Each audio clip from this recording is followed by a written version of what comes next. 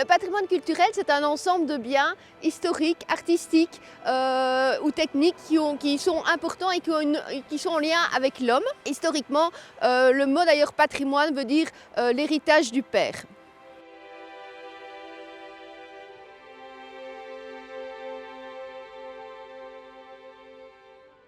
Donc le patrimoine culturel, c'est comme un arbre avec différentes ramifications. Donc on a deux grandes branches avec le patrimoine matériel et le patrimoine immatériel.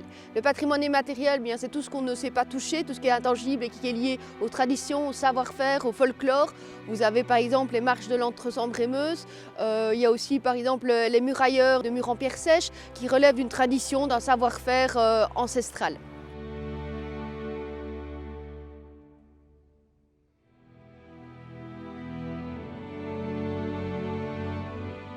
Et puis vous avez toute une série d'autres éléments du patrimoine qui sont eux bien matériels, qu'on peut toucher. Dans cette branche-là, vous avez le patrimoine matériel immobilier, donc qui ne bouge pas. C'est évidemment tout ce qui est en lien avec les bâtiments, comme ici derrière moi l'ancienne abbaye de Floreffe, mais pas que. Vous avez aussi le patrimoine archéologique, le patrimoine paysagers en lien ou co-construits par l'homme, qui font partie de ces éléments patrimoniaux immobiles.